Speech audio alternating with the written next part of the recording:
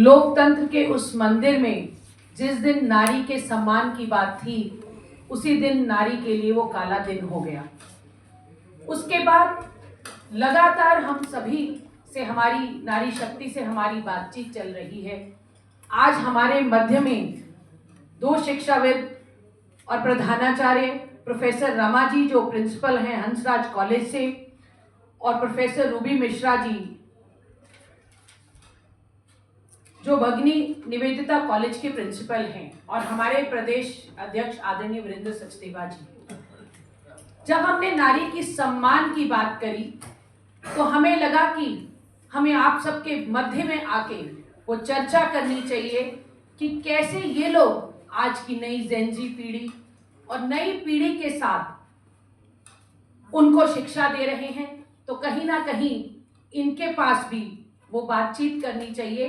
तो मैं सबसे पहले हमारी प्रोफेसर रमा जी से अनुरोध करती हूँ कि वो अपनी बात करें। ये मान के चल रहे थे कि ये जो अधिनियम है बहुत जल्दी इसका इम्प्लीमेंटेशन हो जाएगा। क्योंकि हम उस देश में, भारत में रहते हैं जहाँ पर हमने भारत के वैदिक संस्कृति में माता निर्माता पढ़ा है।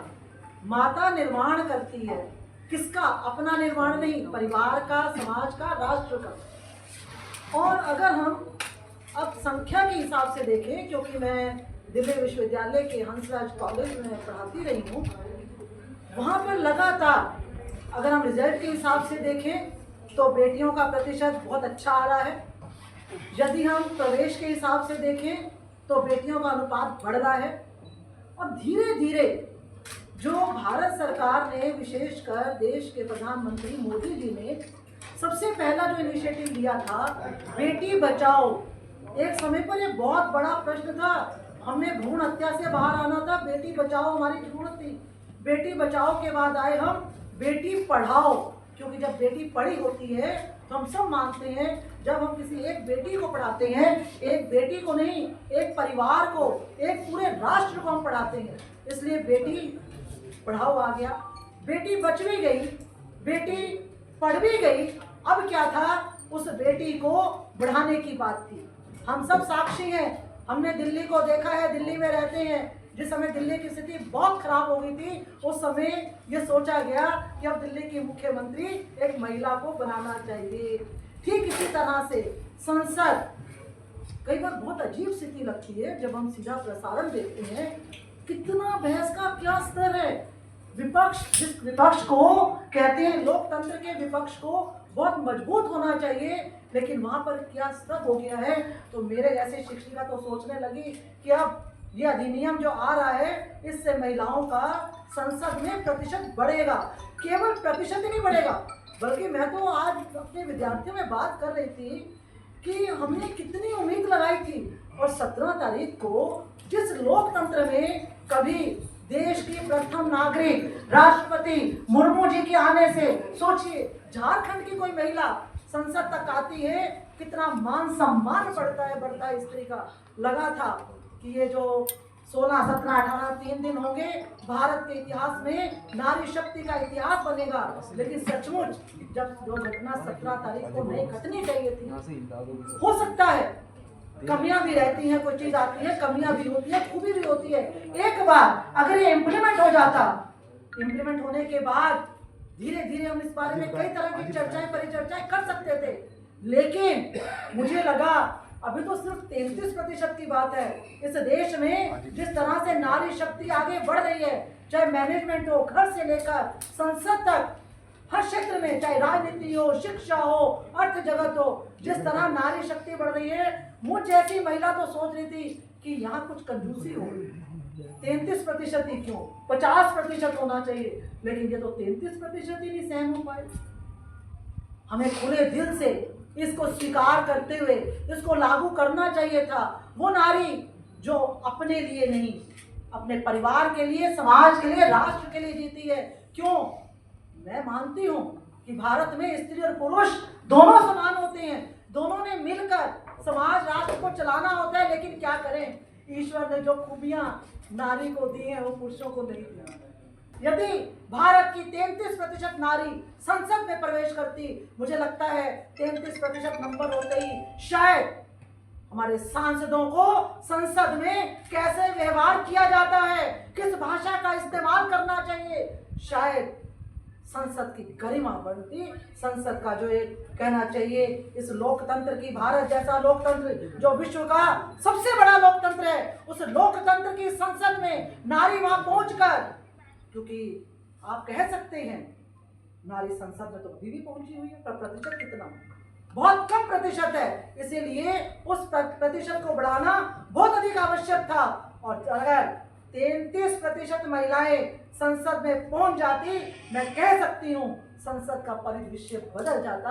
और क्योंकि मैं कॉलेज की बेटियों के बीच में रहती हूँ, बेटे और बेटियां दोनों उस कॉलेज में हैं, 15 तारीख तक बेटियों में जो उत्साह था कि मैम अब तो हमारे लिए राजनीति के दरवाजे खुल रहे हैं, अब देखना हम शिक्षा ग्रहण करके जिस समय राजनीति में प्रवेश करेंगे, हमारे सामने खुला आकाश होगा, हम आधी आबादी का प्रतिनिधित्व करेंगे, हम बताएंगे हम भारत की बेटियां हैं, भारत की बेटियां किसी से घबराती नहीं है, भारत की बेटियां सही भाषा में सही निर्णय लेती हैं। और मैडम जब हम संसद में पहुंचेंगे, हम देश को बताएंगे, हम विश्व को बताएंगे कि महिलाएं राजनीति को किस तरह से संभालती हैं।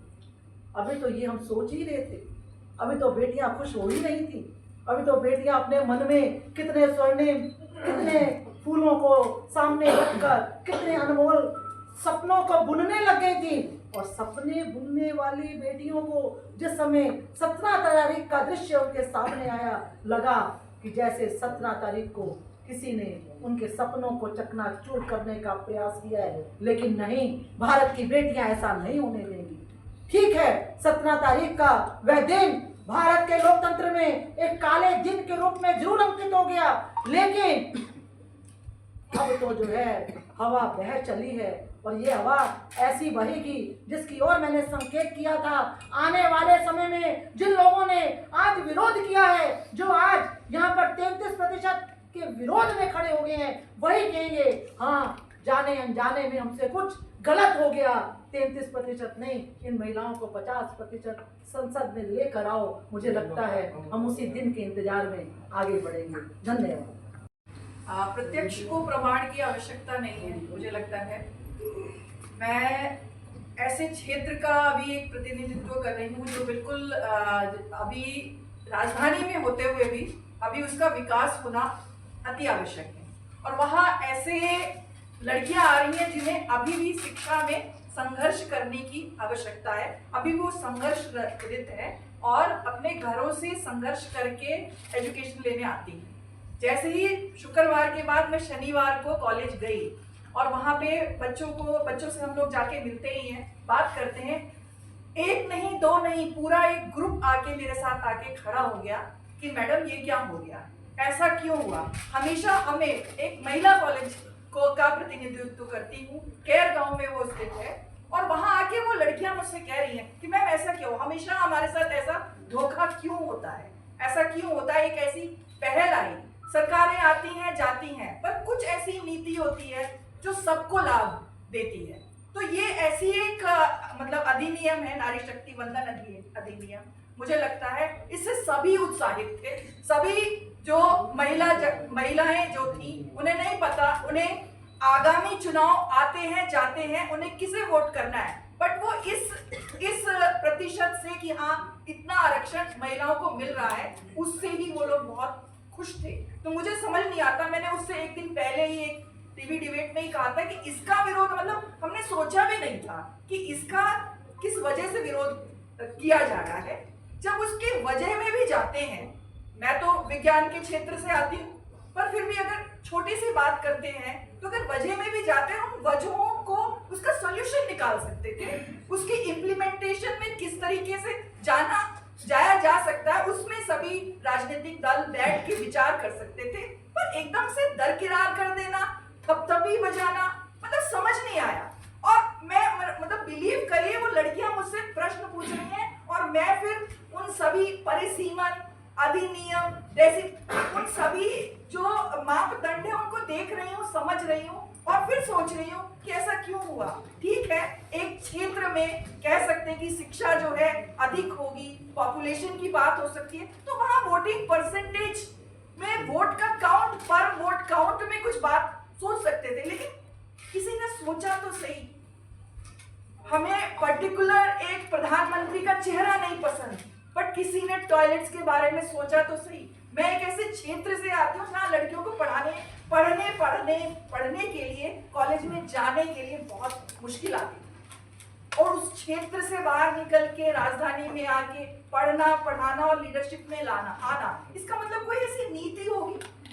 एकदम सामान्य परिवार से आके तो कुछ ऐसे नीति निर्धारक होंगे जिन्होंने यहाँ तक हमें पहुंचाया है। तो ऐसी जो नीतियां हैं और इनका विरोध, मुझे नहीं पता, मतलब नहीं समझ में आता उन बच्चियों को किस तरह का क्या उन्हें जवाब दिया जाए। तो मुझे लगता है कि जो थपथपी बजा रहे थे, उन जो दल थे उसमें से भी, वहां भी जो महिलाएं होंगी, मुझे लगता है वो भी खुश नहीं होंगी, या वो भी ज्यादा से ज्यादा राजनीतिक घरानों से आई, और ऐसे परिवेश में कुछ ऐसी महिलाओं को पुरस्कार देना, जो इतने पुरस्कार आए, मखाने के कहाँ हो रहा है, मधुबनी पेंटिंग कहाँ हो रही है, या फिर इस तरह के ट्रेडिशनल आर्ट कहाँ हो रहे हैं, सस्टेनेबल डेवलपमेंट कहाँ हो रही है, दूर दूर से ऐसी नारियों को जिन्होंने एकदम उस तरह के वस्त्रों को पहना हुआ है, उनको पद्मश्री देना, ये उदाहरण है। वो एक पॉलिटिकल पर्सन भी,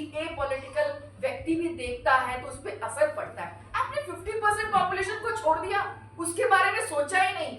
मुझे नहीं पता, हम सब चाहते हैं कि ऑपोजिशन स्ट्रांग हो, हर कोई चाहता है कि जो हो सकता है कि अभी जो अगर एमपीज जो है वो 25 से 30 लाख को प्रतिनिधित्व कर रही है, और अगर उसको 15 लाख की प्रतिनिधित्व हो सकता है कि मैं अपनी बात या अपने क्षेत्रों की बात ज्यादा अपनी बात वहां पहुंचा सकूं। मुझे शिक्षा में बहुत सारी और बदलाव हो सकता है चाहिए, एडमिनिस्ट्रेटर में हो सकता है सोच सकती हूँ, या और मेरी तरह और भी महिलाएं सोच सकती हैं कि ये बदलाव चाहिए। तो उस तरह की बात के बदलाव को कौन सोचेगा? तो सिर्फ दिए में तेल जलाने के लिए, दिए को खड़े रखने के लिए भी महिलाएं नहीं चाहिए, वो भी ठीक है, लेकिन उसके साथ साथ जो दिया जिस प्रोग्राम के लिए जलाया जाता है, उसको मोदी जी ने कहा कि वुमेन लेड डेवलपमेंट की बात करिए, तो उसका हम लोग को, मुझे नहीं लगता, ठीक है आप प्रधानमंत्री का विरोध कर सकते हैं, पर ऐसी नीति का विरोध मुझे तो बहुत असीमित लगता है, वो लगता है। और साथ में मतलब जहां हम लोग रानी चेन्नम्मा, रानी अबक्का, या फिर नॉर्थ ईस्ट में कोदलियू, इनकी बात हम लोग करते हैं। राजा राम मोहन राय समाज सुधारक हैं, लेकिन उसके साथ साथ मध्य भारत में अहिल्याबाई होलकर भी थी, जिन्होंने 28 वर्ष का शासनकाल किया। ऐसे एग्जाम्पल्स को सिर्फ मैंने सुभद्रा कुमारी चौहान की कविताएं पढ़ी, इनकी गाथा छोड़ चले हम झांसी के मैदानों में, जहां खड़ी है लक्ष्मीबाई, तो जब दादी बोलती थी क्या करेगी पढ़ के, तो हम ये एग्जाम्पल देते थे।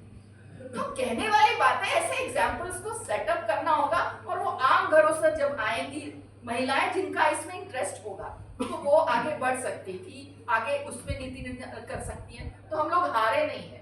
मुझे ऐसे लगता है सिंहासन हिल उठे, राजवंशों ने मृक्ति दानी थी, बूढ़े भारत में भी आई फिर से नई जवानी थी, इनकी गाथा छोड़ चले हम झांसी के मैदानों में, जहां खड़ी है लक्ष्मीबाई मर्द बनी मर्दानों में।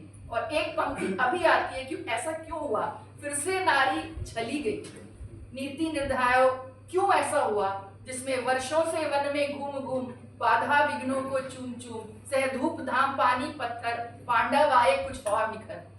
हम तो यही कह रहे थे, दे दो न्याय अगर तो आधा, इसमें भी कोई बाधा हो तो 33% अभी कम से कम उससे तो शुरुआत करते, बट वो भी मुझे लगता है रास नहीं आया। पर हम इसका जवाब पता नहीं, मुझे नहीं पता, क्योंकि मौके बहुत कम आते हैं, ऐसे मौकों को नहीं छोड़ना चाहिए। जो हंसराज कॉलेज की प्रिंसिपल है,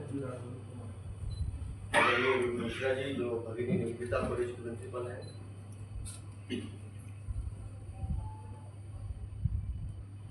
लगभग 3.5 साल में हम और आप कई बार मिले हैं प्रेस कॉन्फ्रेंस के माध्यम से,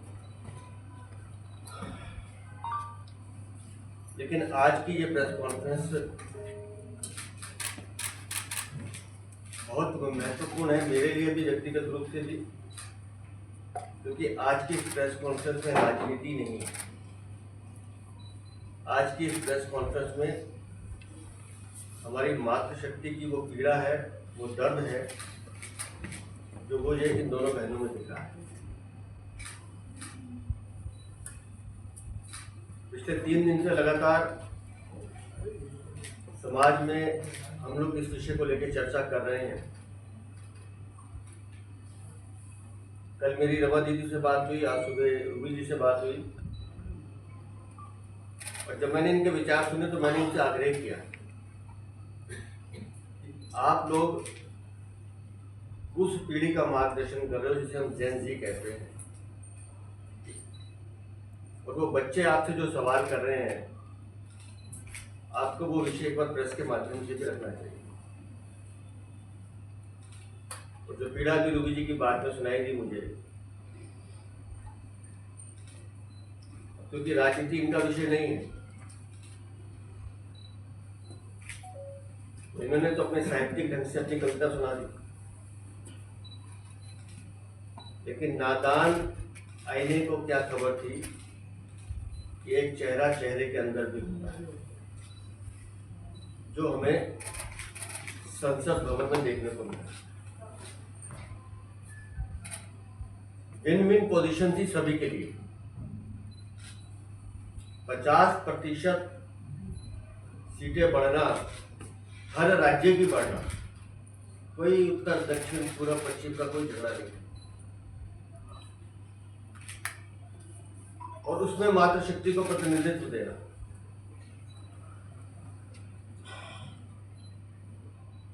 लेकिन लोकतंत्र की विशेषता यह है कि आपको हर निर्णय को स्वीकार करना होता है।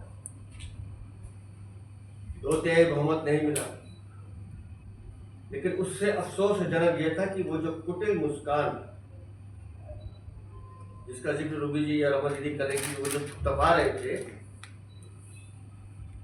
आज जो केवल तपा रहे थे उनको अपने निर्णय पर अफसोस होगा।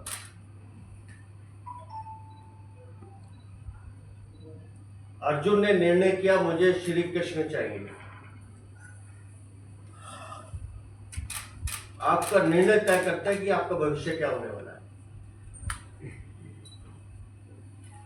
लेकिन राहुल गांधी ने जो निर्णय लिया वो निर्णय था जो दुशासन ने लिया। परिणाम महाभारत का भी पता है और उसका भी होगा। और मैं दोनों मातृशक्ति को बधाई देता हूं।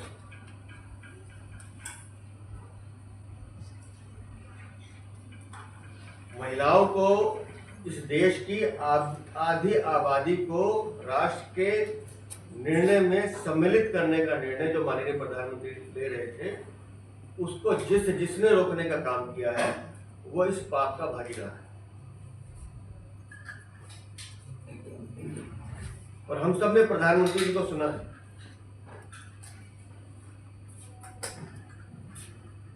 और आज इन दोनों बहनों को सुनने के बाद मैं निश्चित रूप से एक बात कह सकता हूं, जो माननीय प्रधानमंत्री जी ने भी कहा, निर्णय रुका जरूर है लेकिन पूरा होगा। समाज की, राष्ट्र की मुख्य धाराओं में हमारी बहनों का प्रतिनिधित्व हो, हमारी माताओं का प्रतिनिधित्व हो, हमारी बेटियों का प्रतिनिधित्व हो, इसको कोई ताकत रोक नहीं सकती। निर्णय में विलंब जरूर हुआ है, लेकिन आज इन दोनों का विश्वास देखकर मैं ये बात कह सकता हूं कि जिन जिन लोगों ने इसको रोकने का पाप किया है, उनके अपने दल में भी उनको अपनी मातृशक्ति का, अपनी महिला शक्ति का विरोध झेलना ही पड़ेगा।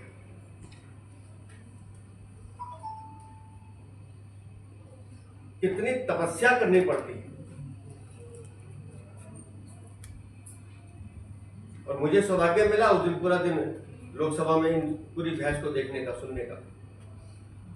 माननीय गृह मंत्री जी ने स्पष्ट रूप से कहा कि जो जो अमेंडमेंट आप कह रहे हो अभी पार्लियामेंट रोक के ला के देते हैं। 2023 में इन्हीं दलों ने समर्थन दिया था। और जिस डिलिमिटेशन की आड़ ले रहे हैं, मैंने पहले भी जिक्र किया कि 2002-03 में जब डिलिमिटेशन हुआ था, जस्टिस कुलदीप उस आयोग के अध्यक्ष थे, उसी समय ये तय किए गए थे 2025 का डिलिमिटेशन होना ही है। वो फेज तो खत्म हो ही गया। 50 करोड़ आबादी और 150 करोड़ आबादी में जो अंतर है उसको पूरा तो करना ही पड़ेगा।